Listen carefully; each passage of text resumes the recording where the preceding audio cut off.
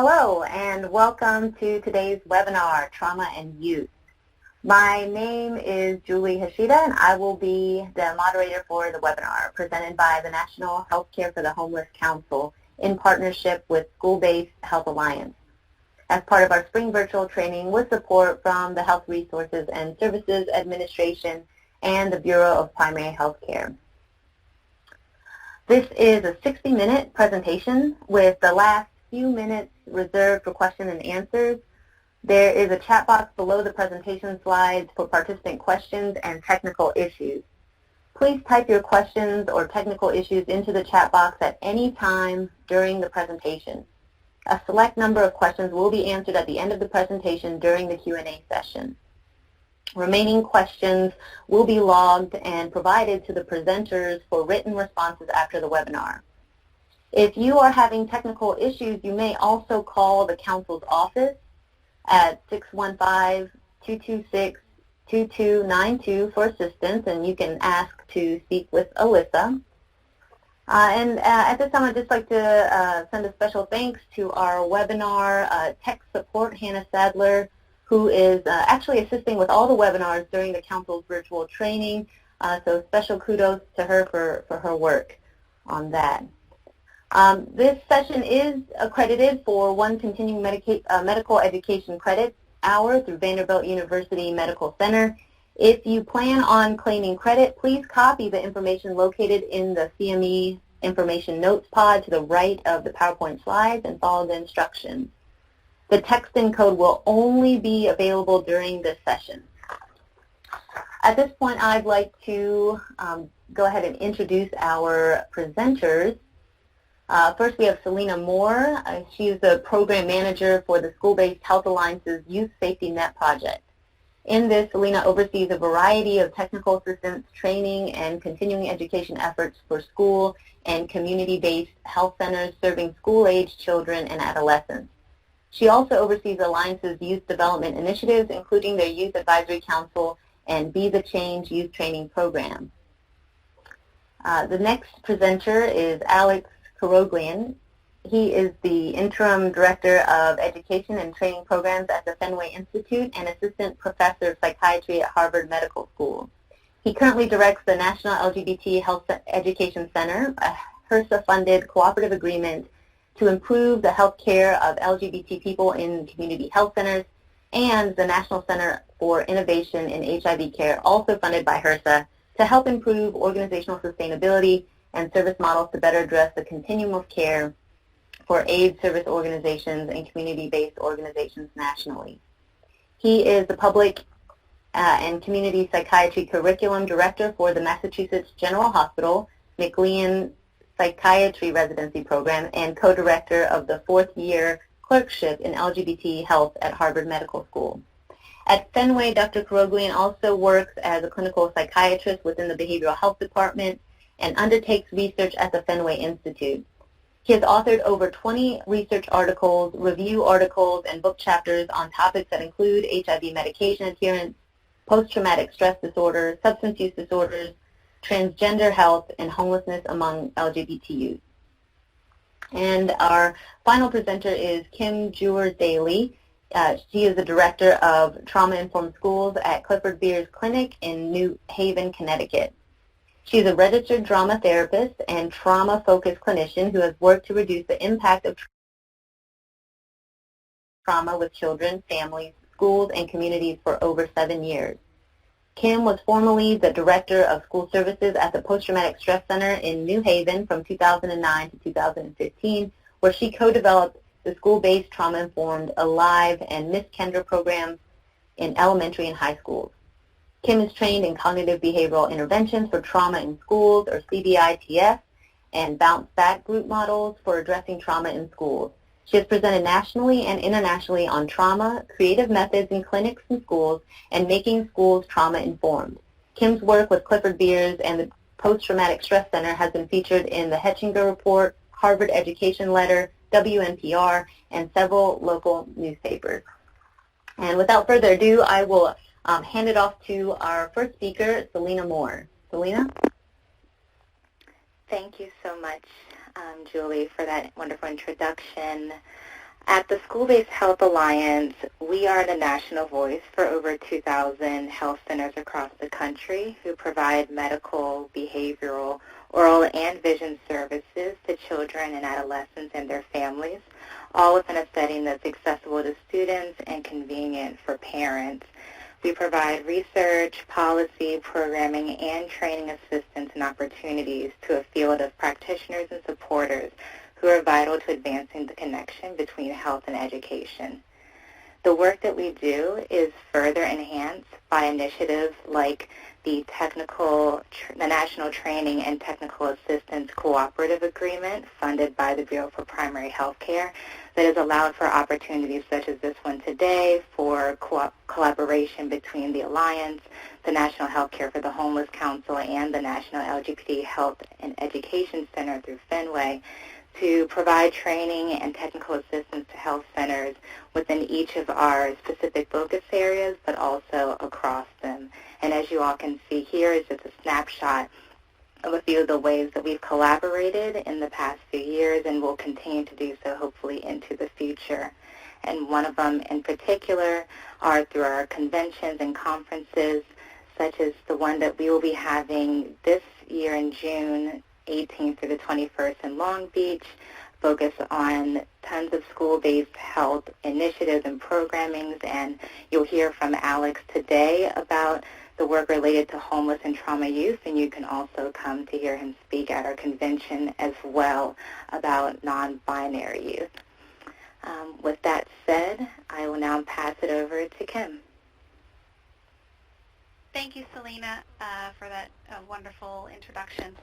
I'm calling here from Clifford Beer's Clinic in New Haven. We are a 104-year-old community-based mental health clinic in New Haven, specializing in trauma and primarily working with whole community, whole families, and whole children to address trauma and support their well-being. We have over 30 years working with our schools in New Haven and Greater New Haven, and we are currently in 12 schools in our area, including school-based health clinics. So I'm going to talk today, set the stage a little bit, and then Alex will present next in regards to what we really know about trauma and how it relates to school-based interventions, and with more focus on, homelessness and LGBT youth in particular. So what we know about trauma is that, firstly, trauma is common. The ACEs study, or the Adverse Childhood Experiences study, back in 1998 was one of the primary studies that really looked at how trauma is common. And what we know about in schools is that, and this primarily comes from the National Child Traumatic Stress Network, really looking at approximately 1 out of every 4 students has been impacted by trauma. What we know here, and certainly in other areas, trauma can actually be even more common than that.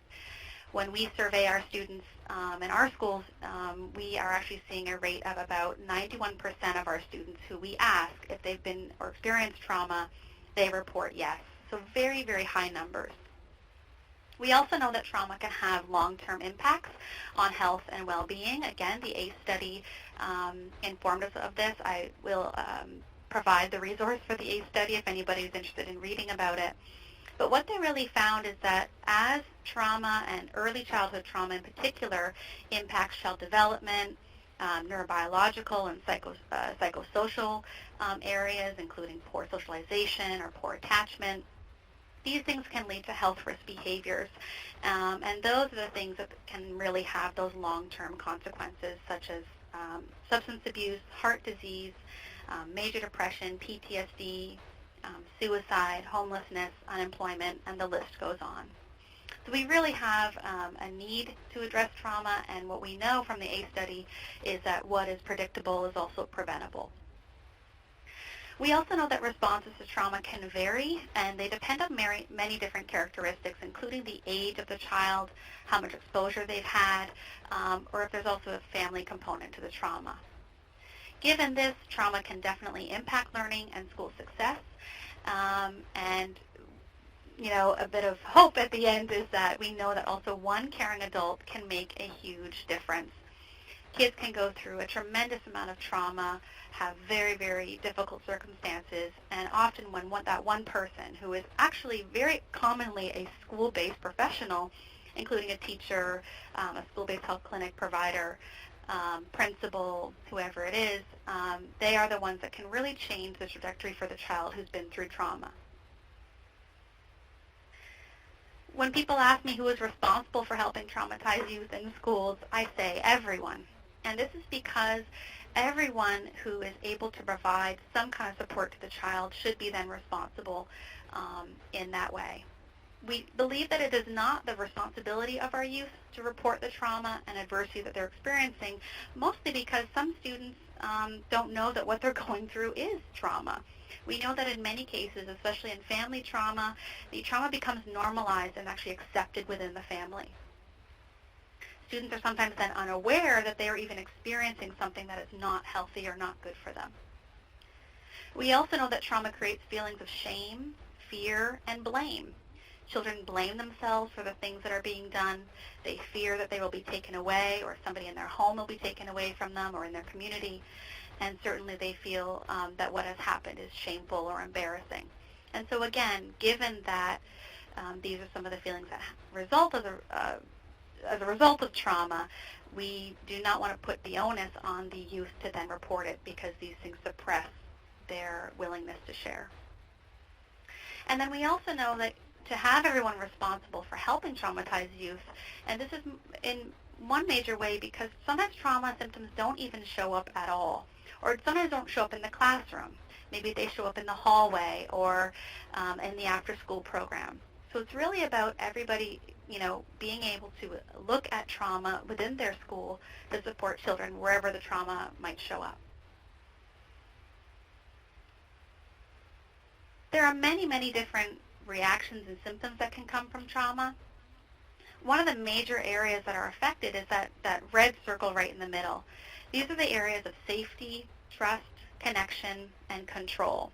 And so as an example around safety, you might hear students saying things like, I'm unsafe here, or I'm never safe no matter where I'm going.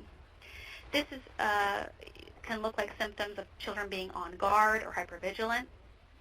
The second area, trust, we'll hear students say things like, I don't trust anyone, I don't trust my teachers, I don't trust my friends. Connection, you'll hear students say such things as, I'm safer when I'm just by myself, or when I get close to others, they just end up leaving me, so there's no point of connecting to anybody. And then the last area of control, we'll hear students say such things as, I am out of control. Everybody should stay away from me because I have no control over myself, or I'm only safe if I can control other people. And so we'll see students begin to act out in schools in a way that can become quite aggressive, oppositional, and really be problematic in some of the settings. In this way, trauma begins to impact relational, behavioral, emotional, the student's self-concept, as well as cognitive and physical areas of development. In some cases, the child becomes very clingy and wants to be with you all the time. In other cases, the student wants to push away and be as far away from you as possible. Sometimes even provoking school-based staff to reject the student or remove them from school because their behaviors or their ability to emotionally regulate themselves becomes so disruptive. And these are things that we really want to work hard to prevent, because what happens is that many kids without an educational support are at risk of many other negative outcomes. So specifically, trauma can impact school in three different areas, from where we see really the closest impact in the classroom to the school-wide environment, but also out of school. Trauma begins to really create this fear around the student that can become quite impactful. So out of the school, we will see students who aren't even showing up, or they're avoiding school from time to time. Sometimes this can be because the school environment is too triggering to them, or trauma might have happened at the school, or where their symptoms are just so that they can't even attend or learn once they come to school. We'll also see these students taking risks in the community, or completely being disconnected altogether, not a part of any sports or after-school activity, not having a peer or social network outside of school. And then lastly, resulting in the, more troublesome areas around actually becoming homeless and using substances outside of the school. And so again, leading back into attendance issues, risk-taking, and then being disconnected as well. When the student is in the school, sometimes what we'll see is that they will be avoiding people, places, and things. Sometimes they'll avoid authority. They'll avoid small places such as bathrooms or large places like auditoriums or gymnasiums. We also see students being highly reactive to reminders, loud noises, strangers, interruptions to the classroom, or other things. We'll also see students frequently visit these kind of other spaces or other people. So we'll find them, hanging out in hallways, maybe taking respite in the bathroom, visiting the nurse often, or, the social worker or the after-school mentor, really trying to find places to connect, to express, and then to get help. And then lastly, suspensions or expulsions. We see many, many traumatized youth being suspended or expelled due to the behaviors that trauma creates. I mean, to create a trauma-informed system means really about resisting that response, changing policies and procedures to keep our children in the schools when they are faced with such trauma and adversity. And then in the classroom, we'll see, again, more of these trauma symptoms looking like disengagement, being disruptive, inattention or inability to concentrate, unable to focus and really process information for learning, including executive functioning, and then ultimately resulting in sometimes lower grades and lower GPAs. What we know specifically about homeless youth and trauma is that most of these youth actually have experienced traumatic events before they left home, and it's sometimes actually the reason why many of them leave their home, not by choice. But most concerning is that many of these youth are then re-traumatized once they arrive on the street. We also know that homelessness is actually and can be a traumatic event in and of itself. There is a high degree of loss involved in homelessness, including a loss of safety, loss of their own belongings, and then a loss of control over their environment, future, but even basic needs, food, shelter, etc. And so this results in a very high cost to youth, including the possibility of being actually re-victimized while being homeless, having to resort to prostitution or substance use as a way of coping and surviving being homeless. Here in New Haven, we have developed the New Haven Trauma Coalition, which is a system-wide tiered approach that works with communities, schools, families, and students to really address the impact of trauma, keep our kids in school, and reduce the later outcomes that result from trauma. So at the bottom of the pyramid, the very, very bottom that's kind of shifted off, is our coalition building. We train anybody in New Haven who asks about trauma. And this is a coalition between United Way, our local United Way, Clifford Beers Clinic, our New Haven Public Schools, and our city. They're really looking at anywhere that our children might show up, we need to make sure that they are trauma-informed and working with students, should they be homeless, for example, and that they're working with them from a trauma-informed angle. When we work within our schools, we screen, so I'm moving just to the next tier up, which is our Tier 1, where we really want to create a broad level of safe environments, changing the culture of schools, including working with our school-based health clinics to really make sure that people are screening, looking out for trauma, particularly through our professional development. We also bring in our United Way community partners to really bring in programming that helps strengthen youth. Such things as sports activities, mentoring, literacy programs that help children become more resilient to trauma. Tier number 2 is where we actually identify then our at-risk students, staff, or families. We know that staff can experience trauma, and we certainly know that families, as trauma can be intergenerational, we help support our whole families as well. So we provide workshops, brief support for students, parent groups that talk about trauma and also help them address basic needs. And we have teacher staff support. And then at our Tier 3 level, which is our most intensive support, we provide services that are trauma-informed, specific to students who have been impacted by trauma or are actually showing post-traumatic stress symptoms. So here we have CBITS and Bounce Back, which are evidence-based group practices specifically based for schools, as well as individual and family therapy. Then we also provide care coordination. This is a strength-based program specifically for families who need help connecting to resources, including basic needs support. Sometimes the reasons that families become homeless or students become homeless is due to the lack of basic needs, and we know that trauma and basic needs can sometimes be connected. So here we provide resources for families as well as some financial support for them to get back on their feet. What we also know then is that it takes a community to address trauma, and schools can be some of the best communities for children who have experienced trauma to become connected to. So we encourage that schools in particular establish communication within their schools to help identify, track, and support student, family, and staff well-being. We also encourage schools to make connections to families as well as external agencies and organizations who might be better at supporting the students and families or who are actually currently supporting them.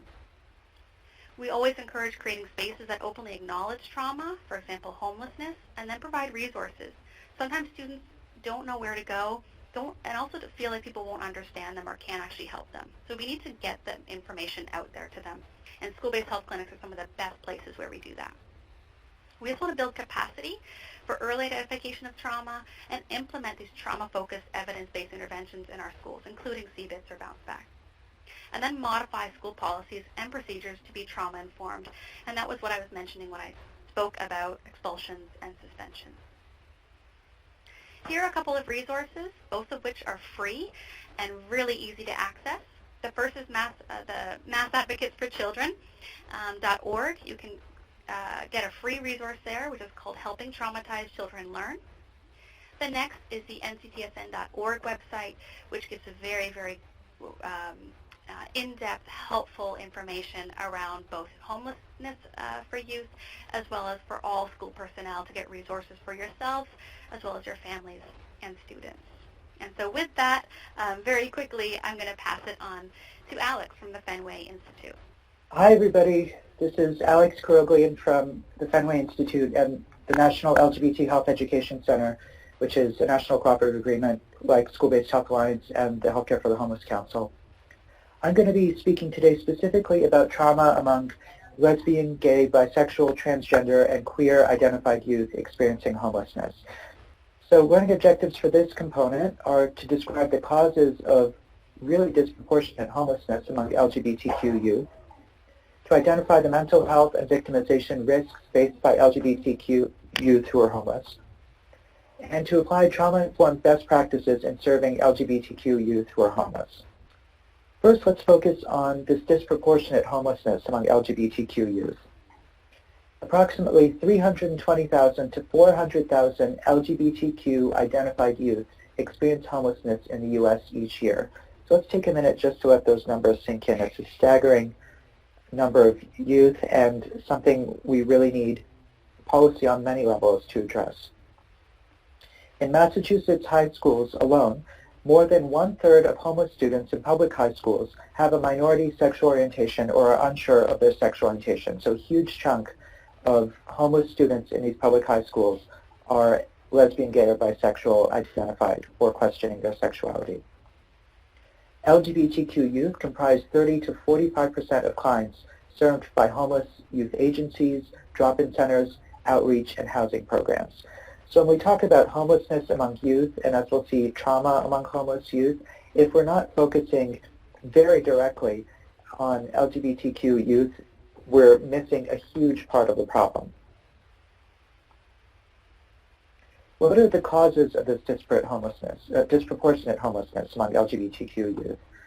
One is that LGBTQ youth become homeless, most commonly reported as a cause, from running away from families who reject them because of their sexual orientation or gender identity. The second most commonly cited reason is being forced out by family despite preferring to stay home after these youth disclose their sexual orientation or gender identity to their families.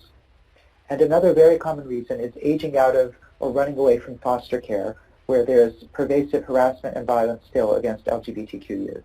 Focusing a bit on homelessness in early adolescence, among lesbian, gay, and bisexual youth, the mean age of becoming homeless is 14 years old. Many youth don't actually disclose their sexual orientation to another person until after they've become homeless.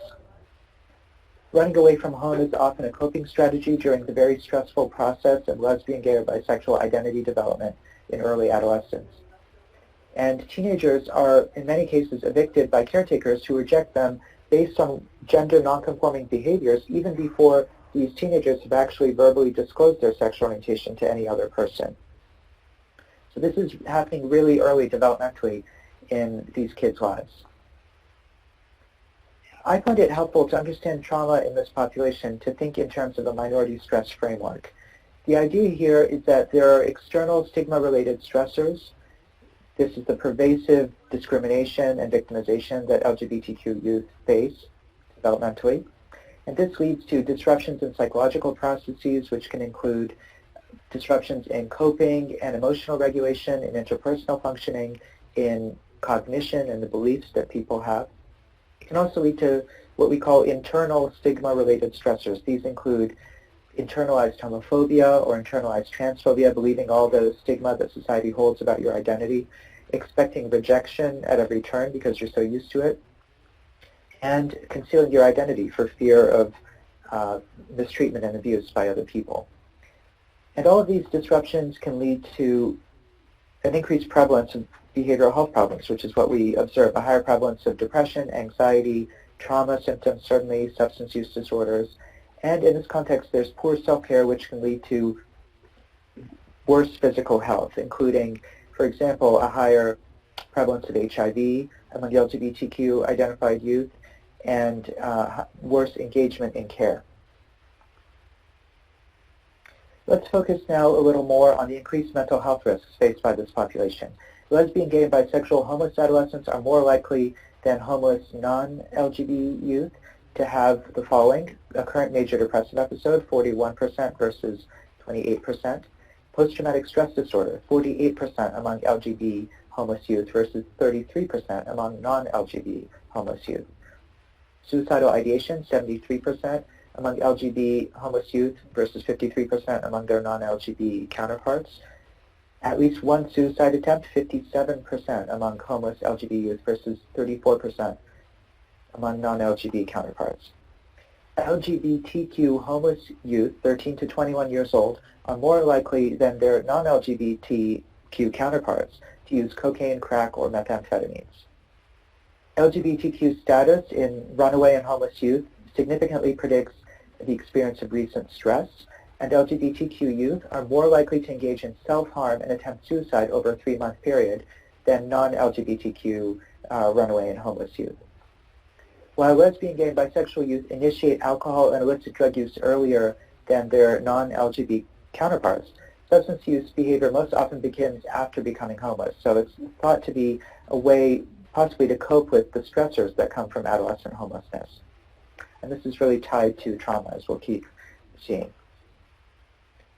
A little more about suicidality among LGBTQ youth. This isn't just for homeless kids, but compared with their peers, LGBTQ youth are more likely to report suicidal ideation, 3-fold the rate seen among their peers, 4 times more likely to attempt suicide with a 30 to 40% prevalence of suicide attempts. And questioning youth specifically are more likely to experience depression or suicidality even compared with LGBT identified peers. So this group of questioning youth who are questioning their sexual orientation and gender identity are a particularly vulnerable group. It's important to talk about survival sex and sexual victimization in this population as well. Homeless, lesbian, gay, and bisexual youth 10 to 25 years old are 70% more likely than homeless heterosexual youth to engage in survival sex, sex just to be able to feed yourself and have somewhere to stay, for example. LGBTQ homeless youth, 13 to 21 years old, are more likely than non-LGBTQ homeless youth to experience physical or sexual victimization, have a greater number of perpetrators, of this victimization and more likely to engage in condomless sexual intercourse that puts them at risk for HIV. In the Los Angeles Unified School District, compared with non-LGBTQ students, the location of homelessness for LGBTQ students is less likely to be a homeless shelter and greater than 3 times as likely to be a stranger's home. This may indicate higher rates of sexual exploitation of LGBTQ students compared to other homeless students in the LA Unified School District. LGBTQ homeless youth are more likely than their counterparts to trade sex with a stranger, to have more than 10 sexual partners who are strangers, to have sex with a stranger who uses intravenous drugs, to have anal sex with a stranger, to have condomless sex with a stranger, and to have sex with a stranger after they themselves use drugs. There are differences among LGBTQ subpopulations in terms of the kind of violent victimization that's experienced. Homeless youth 16 to 21 years old who self-identify as gay or lesbian are more likely to report a history of sexual abuse than bisexual youth, for example. And lesbian runaways are more likely than their non-lesbian identified counterparts to have been physically abused by caretakers. Lesbian, gay, or bisexual runaways are more likely than their non-LGB counterparts to have been sexually abused by caretakers as well.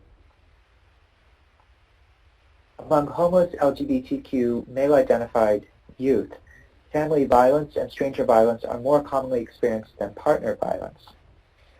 But partner violence and stranger violence are more common than family violence among female-identified LGBTQ youth who are homeless. So it's important to not think of LGBTQ youth as one monolithic population. There are differences, and it's really important to think and develop interventions in a subpopulation-specific way that's very tailored.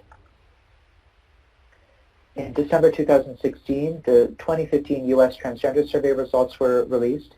10% of respondents reported that a family member was violent towards them because they were transgender. 8% were kicked out of the house because they were transgender. Nearly 30% of transgender people experienced homelessness in their lifetime. 12% reported past year homelessness due to being transgender.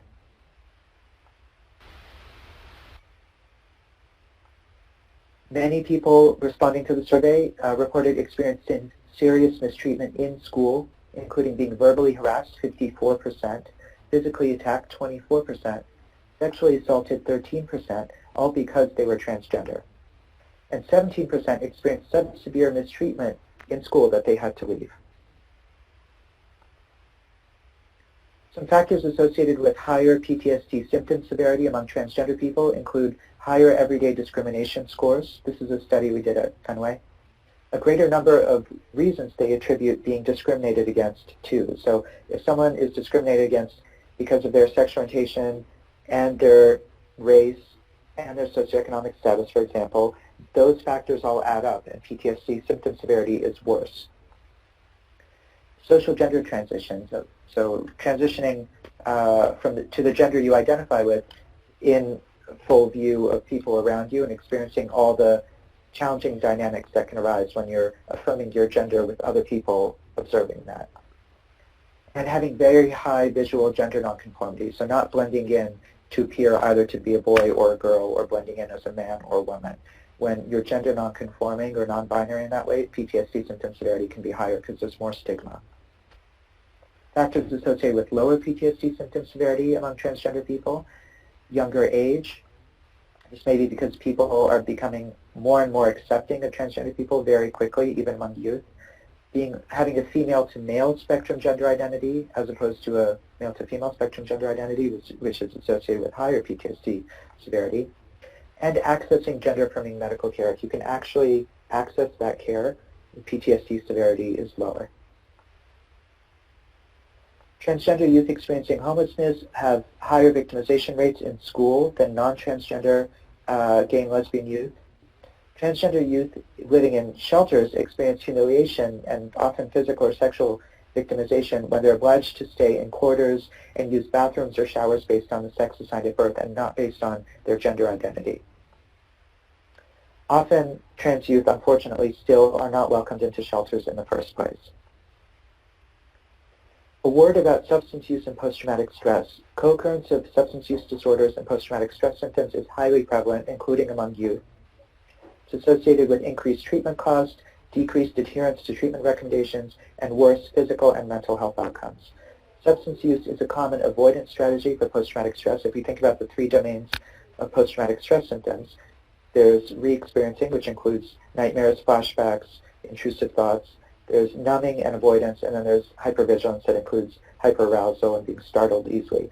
So substance use is a way to avoid cognitively and emotionally processing the past traumatic experience that someone has had. And it's not an effective way to cope with it. Trauma-informed care for LGBTQ youth experiencing homelessness. So just a definition from SANSA, the Substance Use and Alcohol Administration.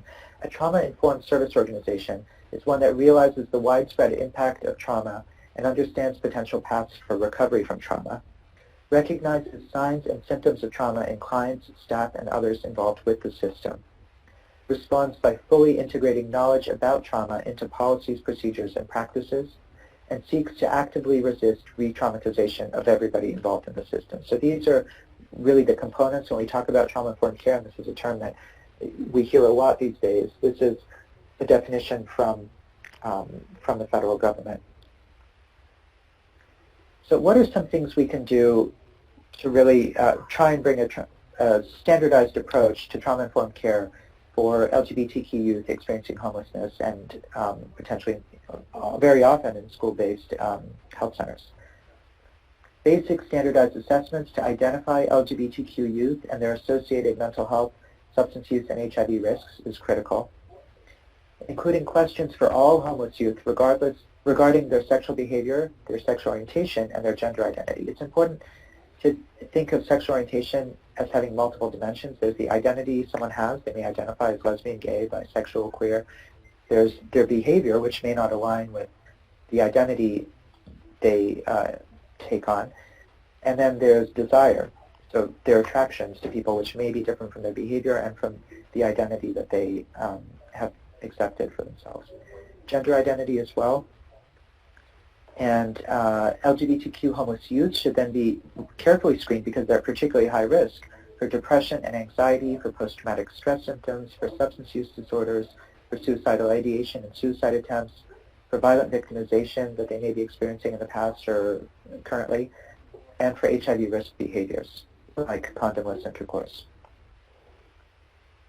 These are some practices for staff serving LGBTQ youth who are homeless from the National Alliance to End Homelessness: to treat LGBTQ youth respectfully and ensure their safety, to appropriately address sexual orientation and gender identity during the intake process, to support access to education, medical care, and behavioral health care, to support transgender and gender nonconforming youth specifically, because this is a particularly vulnerable population, to inform LGBTQ youth participants about local LGBTQ programs and services that may be of interest to them. These are some best practices, again, from the National Alliance to End Homelessness, specifically at the systems or organizational level. To create a safe and inclusive environment for LGBTQ youth who are homeless, to adopt and implement written non-discrimination policies, to adopt confidentiality policies, which is often critical for these youth to be able to engage in care because they don't want any of their personal information or their identity to be disclosed to their families or other people whose mistreatment they may fear. To provide LGBTQ competency training to all agency employees and volunteers. To establish sound recruitment and hiring policies regarding LGBTQ competency, and to develop agency connections to LGBTQ organizations and the broader LGBTQ community. It's really important to collect and evaluate data on the numbers of LGBTQ youth accessing services in order to then educate key decision makers and guide programmatic expansion and get funding that can be used to develop tailored programs specifically for this population and for the trauma that they experience.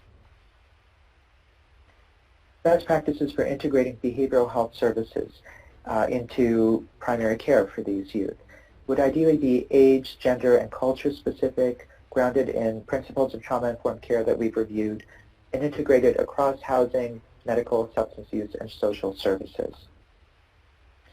Given the reality we all experience of limited services and limited resources for homeless youth, there's a need for at least a minimum care package of behavioral health services for LGBTQ youth experiencing homelessness. And this would involve, at a minimum, focused evaluation to screen for any risk factors that we've talked about: depression, trauma symptoms, substance use, suicidality, HIV risk behaviors, and to refer then to counseling, to psychoeducation, to psychotherapy, to psychopharmacology for some of the major areas we've talked about: mood disorders, trauma, substance use disorders, and even contingency management around HIV risk behaviors. Also important to have integrated treatment for addictions and trauma. There's been a recent shift towards trauma-informed care that we talked about, and this has created a favorable environment in community addictions treatment settings for evidence-based integrated therapies that also target trauma and stress. Integrated treatment for substance use disorders and post-traumatic stress have been found to be well tolerated and improve both substance use disorders and post-traumatic stress disorder. Some principles, we talked about minority stress earlier, and some principles in behavioral health treatment that are grounded in minority stress theory include normalizing the adverse impact of minority stress. So helping these LGBTQ youth realize that the challenges in their life aren't personal failings. These are due to societal stigma and discrimination that can be very empowering. Facilitating emotional awareness, regulation, and acceptance of oneself. Empowering assertive communication. For better or for worse, LGBTQ youth who are homeless are forced to be advocates for themselves and for their health. So doing assertiveness training where they learn not to be passive, not to be aggressive in their communication, but assertive, which is the most effective way to be. Restructuring maladaptive minority stress cognitions, beliefs such as, it's never going to get better for me, there's nobody safe for me to talk to, that sort of thing. And when we challenge those cognitions and reframe those cognitions with gentle Socratic questioning and cognitive behavioral approaches, we can really improve post-traumatic stress symptoms in a significant way. Validating the unique strengths of LGBTQ youth, the kind of resiliency it takes to survive when these youth are homeless particularly. Fostering supportive relationships and a sense of community, both within the LGBTQ community and with allies. And affirming healthy, rewarding expressions of sexuality and gender can be very empowering and validating. Finally, a word about cognitive processing therapy for PTSD. This is one of the major evidence-based treatments for PTSD, one of the two that have the best evidence. And this really pulls together everything we've been talking about so far today.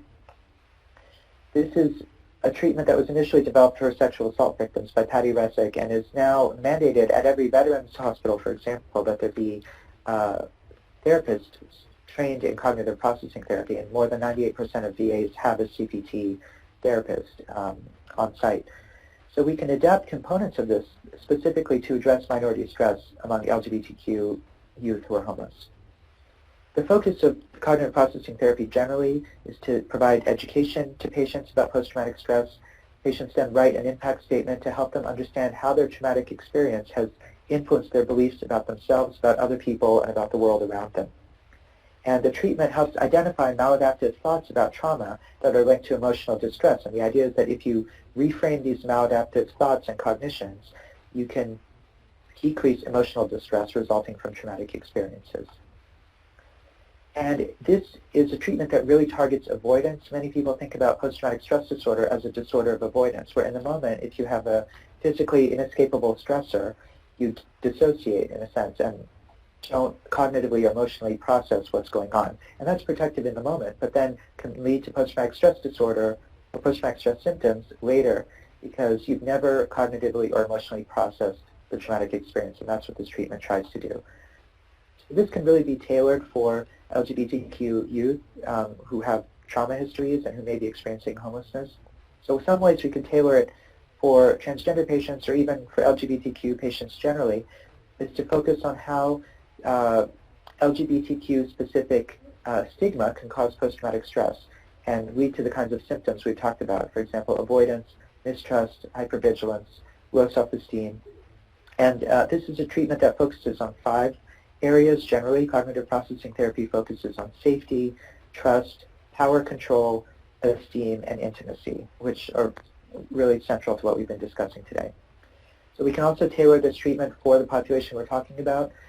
by helping them attribute challenges to minority stress rather than personal failings. So some of the maladaptive kind of cognitions that come out of traumatic experiences are that it was my fault. The traumatic things that happened to me, the bad things that happened to me were my fault. And that's often rooted in what we call a just world view, where we're taught from the time we're kids that good things happen to good people, bad things happen to bad people. So suddenly when bad things happen to kids who didn't do anything wrong, they are sort of response is often to believe that it's their fault. So we want to restructure that by attributing the challenges in their life to minority stress, to stigma, discrimination, that sort of thing.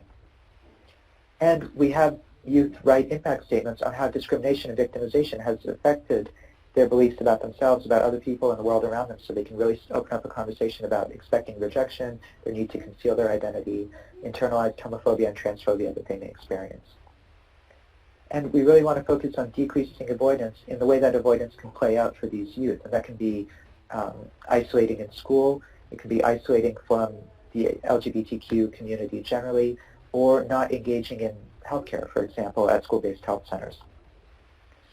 And finally, we really want to make this help facilitate them making the link between the minority stress that they've experienced and poor self-care, so that people become more engaged in care, maybe more engaged in school, and, for example, engage in safer sex practices like using condoms. Sorry, I advanced that. I wasn't supposed to, but I'm now going to pass it on for the question and answer component. Great. Thank you so much, Alex, and to our other presenters, Kim and Selena. We're going to go ahead and get started with the Q&A session. We have a few minutes, so please continue to submit your questions in the Q&A pod below the presentation slides. And if we can't get to your question, we will be sure to forward those to the presenters so that they can respond in writing. So the first question I will give to Alex. Alex, you had mentioned assessments, and this audience member asked, are there specific assessment tools that are available for that? There are. My top recommendation, I mean, there are all kinds of tools, but the best assessment tool for PTSD, which is the one that we use in research and is used by the VA system, for example, and is totally applicable to youth as well, is the PCL-5, which is the PTSD symptom checklist, or the Diagnostic and Statistical Manual, the current version, the 5th version. So this is something you can read more about. The first thing that pops up if you were to Google it is the VA website page about it. So it's the PTSD checklist for DSM-5, and it's called the PCL-5. And that gives you a score which you can use to diagnose post-traumatic stress disorder. And even if they don't meet full diagnostic criteria for post-traumatic stress disorder, it can show you which categories of symptoms they have. Great. Thank you. The next question we'll give to Kim.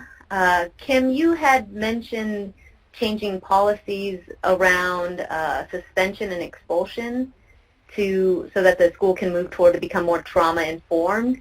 Do you have other examples of policies that you can change? And also, have you found any unique or creative ways that schools have changed to address trauma? Yeah, so the first question around school policies, you know, here in New Haven we also have a very big restorative practices in, you know, movement, I guess you could say, in our schools. One of the things that we have worked to change, you know, district level is around code of conduct, for example. So what are we describing as, you know, when a student is having a hard time and then it actually does something that, you know, goes against the rules of the school? What are the levels that we are then going to, you know, give to the student in what way?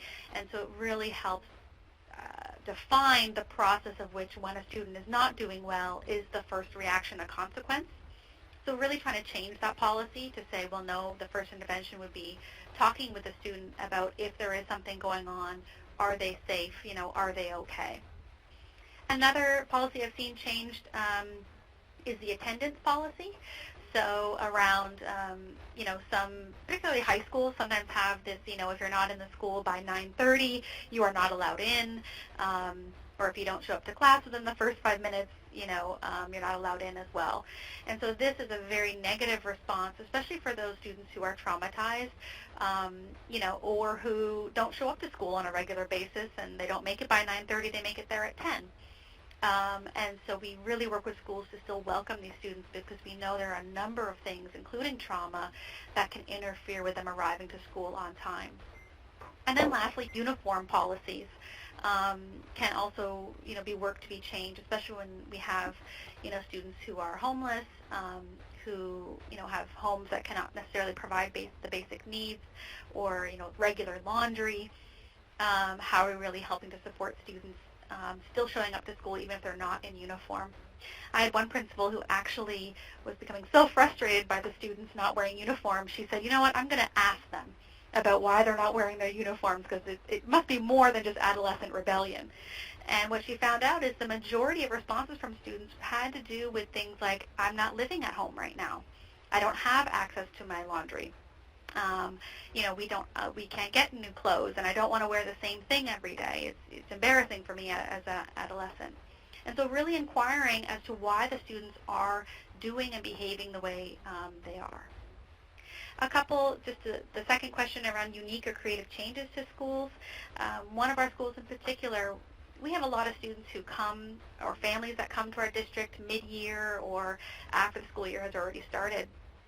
And so one of them, the school counselor in particular, said, you know what, I'm not going to just have these families and kids just show up and pop into our school, without me asking them first around, were there any stressors that brought you here? Because we know most families would not choose to change a district mid-year.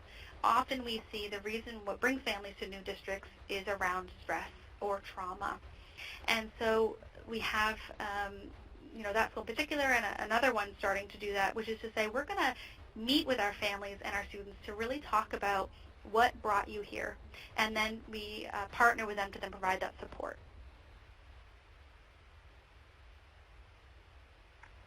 Great, thank you so much. Alex, we have another question for you around the staff competencies that you'd mentioned. You had mentioned the hiring and recruitment policies. Do you have any concrete suggestions or examples or resources of some hiring or recruitment policies or practices that would be more LGBTQ friendly or competent? Absolutely. I would recommend that people listening who are interested go to our website, the National LGBT Health Education Center, which is at lgbthealth.org, lgbthealtheducation.org, sorry. And we have a publication there called 10 Things that organizations can do to create an inclusive, affirming environment for LGBT people getting care.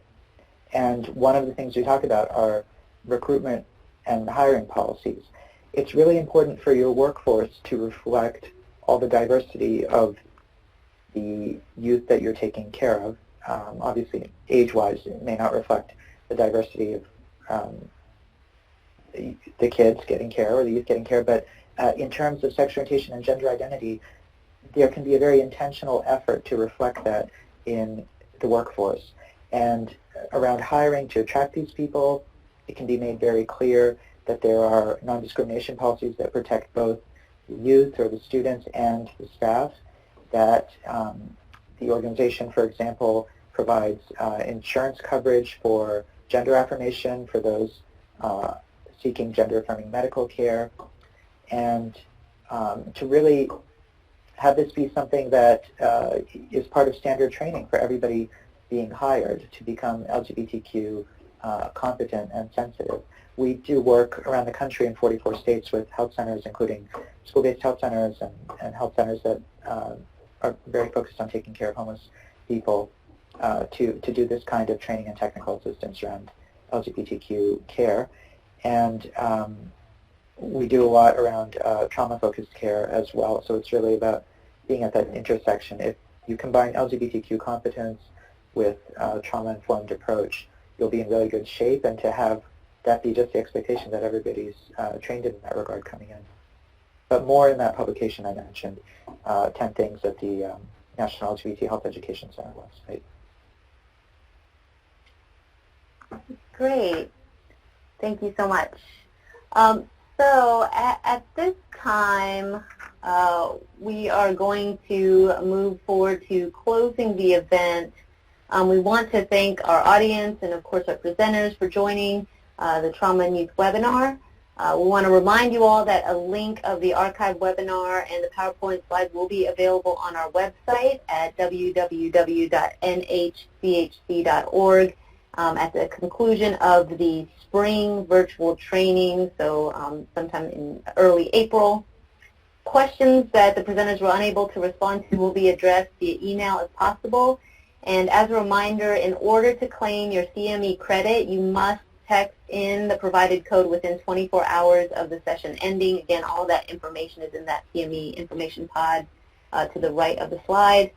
And lastly, at the close of this webinar, an online survey to evaluate the webinar will automatically, or should automatically open in your web browser. So please complete that to help us improve the webinar experience for our future online trainings. And at this time, we will close the web room. Thank you, everyone.